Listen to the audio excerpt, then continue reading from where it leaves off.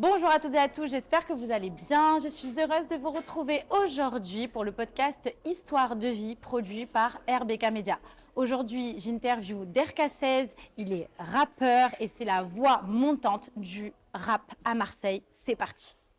Alors bonjour Derka. Bonjour, comment va? Merci d'avoir accepté cette interview. Merci à toi, surtout de m'avoir appelé. Ouais. Ah bah, obligé, hein, parce que là, tu es quand même une figure montante du rap à Marseille. Donc, j'étais obligée de t'interviewer pour RBK Media, pour Ça fait connaître plaisir. ton histoire. Ouais. Alors, tu étais comment enfant? Qu'est-ce qui t'a amené vers la musique? Alors, comment j'étais enfant, j'étais assez intéressé par pas mal de choses. D'accord, donc, naturellement, vu que dans ma famille, il y a beaucoup de musiciens de salon, tu vois. Donc, forcément, moi, j'ai été bercé dans ça. Le fait de faire de la musique, d'entendre toujours de la musique. Et j'ai un gars, moi, mon cousin, qui m'a fait découvrir Michael Jackson. D'accord. Quand j'étais petit, donc il met du Michael Jackson, j'écoute ça et à partir de là, c'était une évidence. Une évidence pour toi de C'était faire une de la évidence, musique. Mais comment tu as Ouais. découvert le rap? À quel moment tu t'es dit, oh pétard, ça, je veux vraiment en faire mon métier? Alors, au moment où j'ai découvert le rap, c'était quoi ce qui passait à la télé, tu vois? Je sais pas si tu connais un peu, mais à l'époque, il y avait Yannick qui passait ces soirées là. Ah oui. Ah Tu oui, vois, tous ces sons-là. c'est vrai. Donc, je savais pas exactement c'était quoi le rap, mais j'avais l'impression que c'était urbain. Donc, c'est à partir de là où j'ai commencé à écouter de l'urbain. Mais avant, j'écoutais un peu tout. Hein. Un peu de tout. Ouais, j'avais pas de limite. Ouais. Et donc, du coup, tu commençais à écouter ça et à quel moment tu as commencé à te dire ah ben je vais composer des choses, quoi, tu vois? Ah, d'accord. À partir alors, je devais avoir 16 ans, j'étais au 16 ans. lycée. Ouais. J'étais au lycée et vu qu'on était, il y avait tous les mecs du quartier, etc. On a été bercés par ça, justement le rap. Et vu que j'avais un peu plus de facilité à écrire, à parler, et ainsi de suite, voilà quoi. Après, j'avais aussi ce côté artistique-là, d'accord? Donc, je savais danser, je savais chanter. Donc, automatiquement, je me suis dit, vas-y, je vais faire un peu de rap. Ouais. Donc, tu avais 16 ans. Ouais, 16 ans. À 16 ans. Ouais. Et aujourd'hui, tu as quel âge? Ah, Tu peux nous dire ou pas? ça, j'ai envie de le garder. D'accord, ok, on nous dit D'accord, pas. ça, j'ai envie de le Ok, garder, ok. mais Tu as commencé à te produire via ta chaîne YouTube. ouais. Alors, au tout début, mais comment tu faisais pour filmer? Parce qu'il faut un investissement quand même, parce que c'était tes Toujours potes la qui... débrouille. Hein. La C'est débrouille. Toujours la débrouille. J'ai un collègue, il avait une petite caméra comme ça. Donc, c'est lui qui me filmait. C'est lui qui m'enregistrait.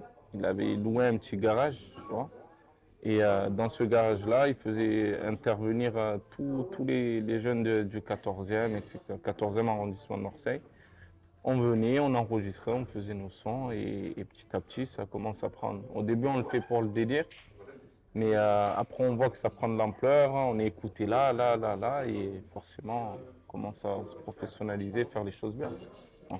Donc, et ça, c'est arrivé rapidement après que tu commences à Que écrire. j'ai commencé Ou t'as attendu un petit peu? Ouais, direct. Après, il n'y avait pas tellement de rappeurs, il n'y avait pas tellement de jeunes rappeurs sur Marseille. Ce qu'on écoutait, c'était plus les anciens. Je sais pas si tu connais les Puissances Noires, Black Marché, non, pas du tout. C'est étranger un peu, ok, pas de souci. Du coup, je Donc on découvre. écoutait un peu les anciens rappeurs de Marseille, mais il n'y avait pas une nouvelle vague, d'accord, de jeunes Marseillais. Donc forcément, on apporte de la fraîcheur, on apporte du renouveau, on parle plus de choses qui concernent la nouvelle génération. Et là, ça s'est propagé rapidement.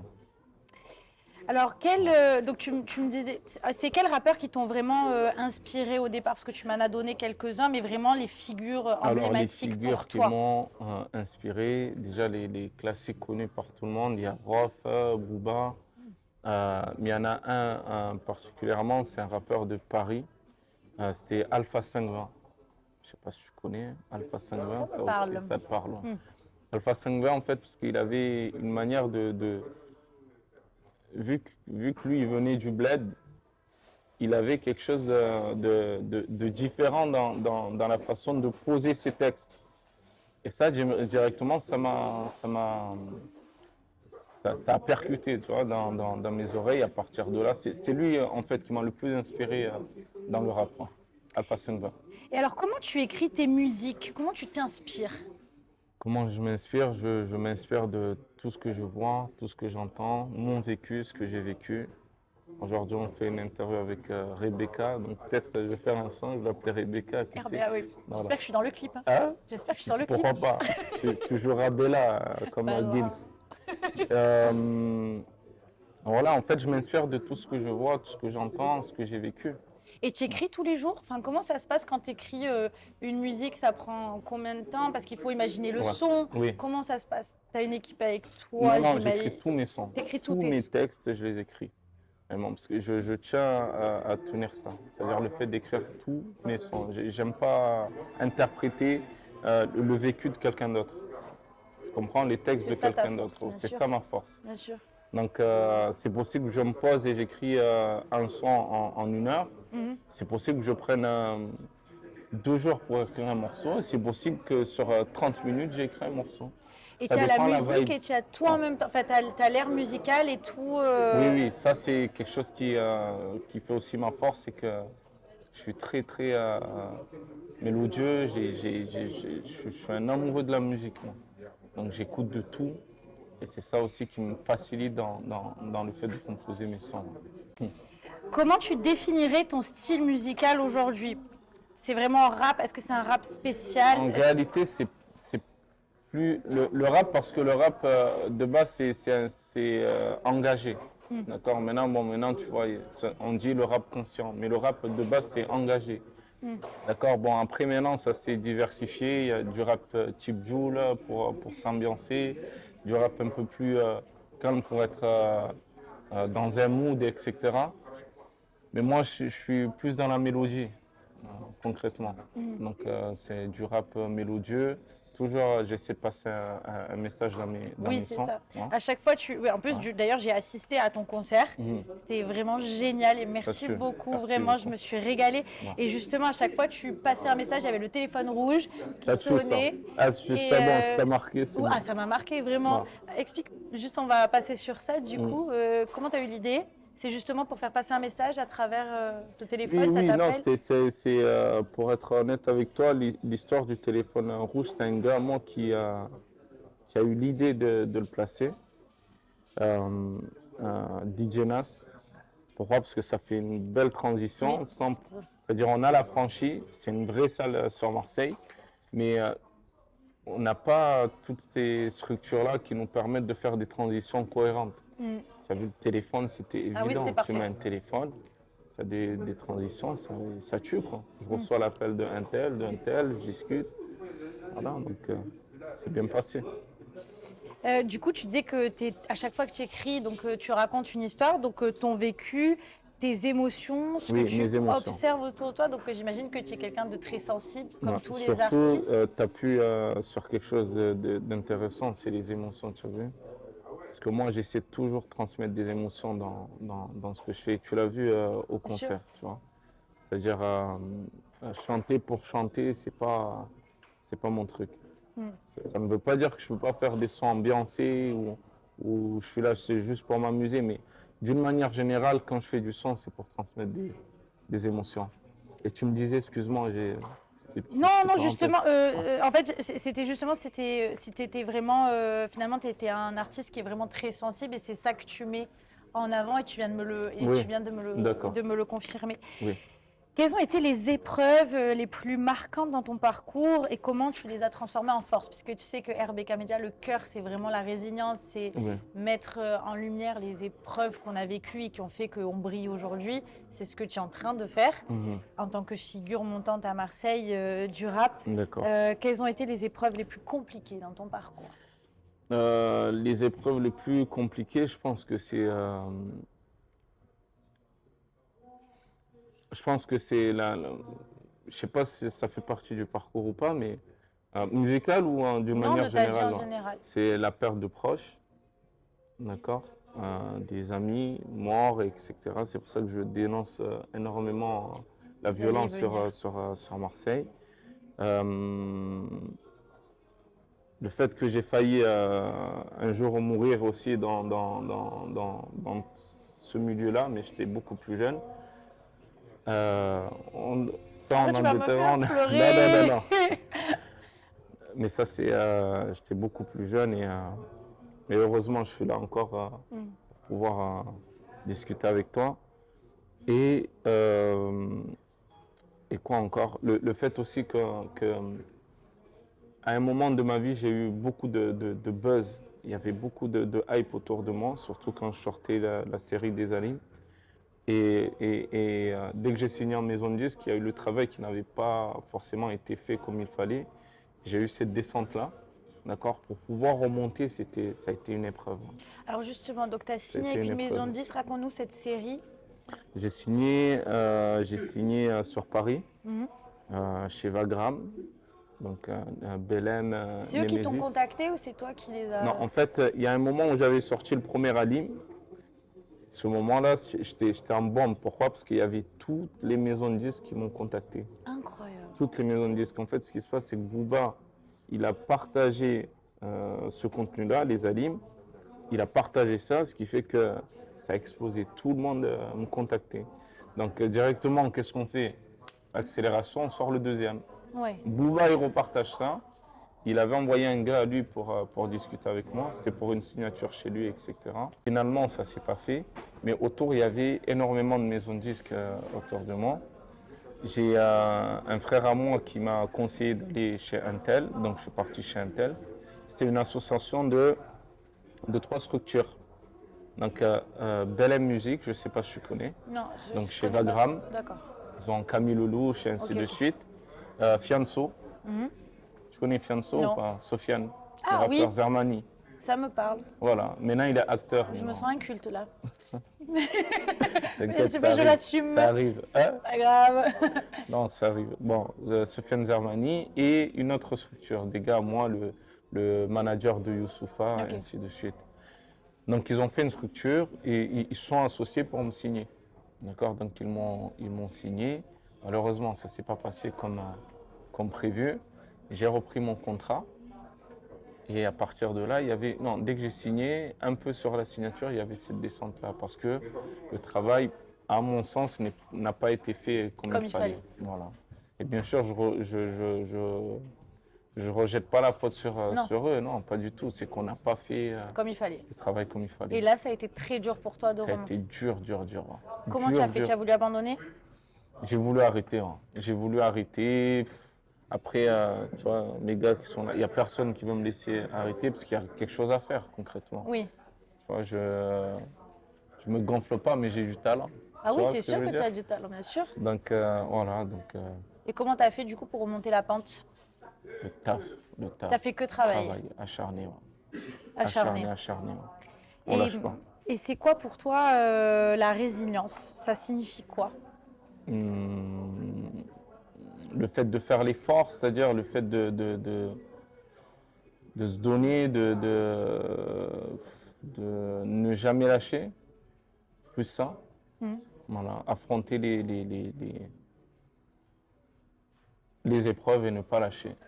Ne pas lâcher. Parce que pour revenir un peu sur ta vie privée, tu disais que, parce que tu le dénonces, comme je disais, je suis venue à ton spectacle, Oui. et tu dénonces ces violences-là qu'on retrouve. Parce que toi, tu as été donc marqué par ça, et aujourd'hui, justement, Marqué, oui, marqué parce qu'on a perdu beaucoup de proches. Hein. Je ne vais pas faire comme... je vais pas dire j'en ai perdu 30, mais j'en ai perdu beaucoup. On a connu pas mal de gens qui aujourd'hui ne sont pas là. Par rapport au fait qu'ils ont été liés à cela. Et qu'est-ce que tu penses aujourd'hui qu'il faudrait améliorer au niveau de la société ici? Parce C'est que l'éducation. comme tu dis, à Marseille, c'est pas ça. Et ça, tu l'as bien dit dans ton spectacle. Oui. Effectivement, Marseille, c'est pas ça. Il faut arrêter avec cette communication qui diffuse. Et Oui. voilà. Mais donc, quel message tu voudrais c'est-à-dire, on a une très belle éducation de nos parents. Oui. Et tu parles de ta grand-mère d'ailleurs. Ben oui, ah oui, il fallait. D'être fier, tes parents, ta famille. Bien sûr, très fier, très fier. Et on a une très belle éducation de nos parents. Concrètement, ce qu'ils peuvent dire sur les journaux, etc. On a eu une très très belle éducation de nos parents qui nous ont éduqués le fait de respecter l'humain et de vivre ensemble sans causer du tort aux gens. D'accord? Mais après, l'éducation extérieure, c'est-à-dire les gens font grandir leur vice à l'extérieur. Tu vois ce que je veux dire ou pas? Après, il y a l'appât du gain, l'envie d'argent, etc. Je ne vais pas commencer à dire, oh, les autres, ils sont comme ça, moi, je suis parfait. Non, parce que voilà, quoi, j'ai eu mes zones d'ombre, j'ai eu mon parcours aussi, tu vois. Mais c'est l'éducation. L'éducation, si on ne s'éduque pas, si on ne se maîtrise pas, la pauvreté aussi, ça te met dans des états où voilà, tu as envie d'être comme tout le monde. Mais c'est l'éducation. Concrètement, c'est l'éducation qui fait qu'il y a un changement. Merci. Qu'est-ce que tu as ressenti avant et pendant ton premier concert le 14 février dernier pour la Saint-Valentin, monsieur? Beaucoup de stress. Beaucoup de stress. Beaucoup de stress. Premier concert comme ça. En plus, à la franchise, salle mythique de Marseille, c'est la folie. Ouais. C'est la folie. Beaucoup de stress au début. Non, au début, non, excuse-moi. Au début, je prenais ça comme les petits concerts de quartier. Voilà, ça va bien se passer. Ou comme une première partie. Ouais. Mais après, au moment où je commence à réaliser que c'est mon concert, ça y est. Même pour dormir, j'arrivais pas à dormir. C'était la folie. C'était la folie. Même pour dormir, j'arrivais pas à dormir. Jusqu'au moment où on approche. Dès que j'arrive à la scène, la jambe qui tremble, je dis, oh, qu'est-ce qui m'arrive? Presque, j'avais plus de voix, plus de souffle, rien. Dès que je suis monté sur scène, tout s'est débloqué. Et d'ailleurs, comment tu t'entraînes d'ailleurs au niveau de la voix? Tu as un travail particulier à faire? Non, rien de fou? Non. Ok. Non, pas du tout. Et quand tu Je prends montes, du miel. tu prends du miel. Ouais, le miel, Comme c'est tous les bien. chanteurs, Ouais, exactement. en fait. Le miel, c'est très bien. Et Ouais. qu'est-ce que tu ressens quand tu es sur scène et que tu vois toute cette foule-là, ce public qui est là derrière toi, qui te prend en photo, qui te filme, qui t'appelle, qui t'acclame? Après, quand je suis sur scène, je fais un peu trop le mec à l'aise, quoi. Je suis trop à l'aise. Tu es à l'aise. Oui, je suis encore heureux, exactement. tu tiens la scène. Ouais, je suis à l'aise, vraiment. Mais je le démontre encore plus que je suis à l'aise. Tu comprends ce que je veux dire? Oui. C'est pas de l'arrogance, hein. Non, mais il faut être comme ça. C'est pas de l'arrogance. Mais quand je suis sur scène, je vois tout ce public et tout ça, ça me booste. Ça me booste encore plus. J'ai envie de tout donner, quoi. C'est plus ça. Hein. Alors pourquoi le nom d'RK16? 16, tu as failli dire 13. Mais j'allais te demander pourquoi pas 13? Pourquoi pas 13? Ouais, parce qu'il y a tout le monde. À chaque fois que je fais une interview, on me dit pourquoi DRK16 et pas DRK13. Mais tu as failli dire 13. Oui, tu as vu, mais je l'ai dit en décalé. En fait, DRK, Kader. 16 parce que quand j'ai commencé quand j'ai voulu faire du rap, j'ai un collègue qui m'a dit quoi? Ouais, bon, j'avais 16 ans. Un collègue il me dit quoi? Tu vas t'appeler DRK16, mais dans la vanne, quoi. Ouais. Et vu que j'écoutais, je te parlais de Alpha 520 au début, Alpha 520 parce qu'il y a un chiffre derrière. Donc il m'a dit quoi? Tu vas t'appeler DRK16 et c'est parti de là. J'ai dit ok, je vais m'appeler DRK16 et tu vas voir. Tu vas voir ce que tu vas voir. voir ce que tu vas voir. Quel conseil tu donnerais à ceux qui doutent aujourd'hui ou qui hésitent à se lancer? Bien s'entourer. C'est très important. Bien s'entourer, savoir avec qui tu marches, d'accord? Partager des vrais liens. C'est pas juste parce que tu bosses avec quelqu'un parce que c'est professionnel, donc c'est carré comme ça, hop. Pas bouger, non, il faut bosser avec des gens, tu sais que tu partages des valeurs et des vrais liens. C'est important. S'il n'y a pas l'humain, ça ne marche pas. Il y aura toujours des embrouilles. Donc toi, tu conseilles à quelqu'un qui veut se lancer de bien s'entourer. Et si la peur, il hésite, qu'est-ce que tu lui dis? Si la peur, il hésite, je lui dis, écoute, si tu hésites, ne fais pas. Hein. Non, je rigole. Non, pas ça. Non, il faut avoir confiance en soi, en vrai. Il faut se lancer, il ne faut pas... la preuve, toi, tu as un parcours très différent de ce que tu faisais. Oui. Pourtant, est-ce que tu as hésité? Non. Tu n'as pas hésité. Non, mais je pleure un peu souvent quand même. Tu vois, des fois, je me dis, putain, c'est dur. Ouais, c'est dur, mais bon, la vie, elle est dure en soi. Oui. Il y a des épreuves de partout. Hein? Même se lever, c'est dur, non? Même se lever de son lit, c'est une épreuve. Voilà, donc les épreuves, elles sont partout. faut se dire qu'il y a des gens qui ne peuvent pas le faire. Si tu as les moyens de le faire, fais-le, fais les choses. Ouais. Est-ce que tu es en train de préparer un nouveau titre en ce moment? Un nouveau titre et un projet aussi. Et un projet. Un projet. Tu peux pas nous dire? Si, je te ferai écouter, je t'enverrai D'accord, ça en je veux privé, bien, comme ça tu merci. écoutes. Voilà. Prochain concert à voir. À voir, ouais. Ok. La suite pour toi, tu la vois comment? Quels rêves ou quels objectifs tu veux encore atteindre? Objectif, être écouté dans toute la France, déjà. Je ne vais pas commencer à dire à l'international parce que Bah après, ça sera le step c'est 2. possible, hein, bien sûr. C'est Moi, étape j'ai dit par toujours, il étape. faut viser Ouais. la lune pour attraper les étoiles. Donc, Tu parles bien, hein. Tu devrais écrire un texte. tu as raison. Là, tu On va devrais- faire une collab. Voilà, on va faire une collab, t'inquiète. Ben regarde ça et peut-être des plus grandes salles aussi. Bien Faire sûr. des plus grands, ouais, c'est ça. Bon, on te le souhaite. Toujours en tout faire cas, du son, du vraiment, bravo pour ce que tu fais. Oui. Est-ce que tu as un message à transmettre là avant qu'on termine? J'ai essayé d'aborder un peu tous les points qui me semblaient importants, mais est-ce que tu as quelque chose à dire en particulier?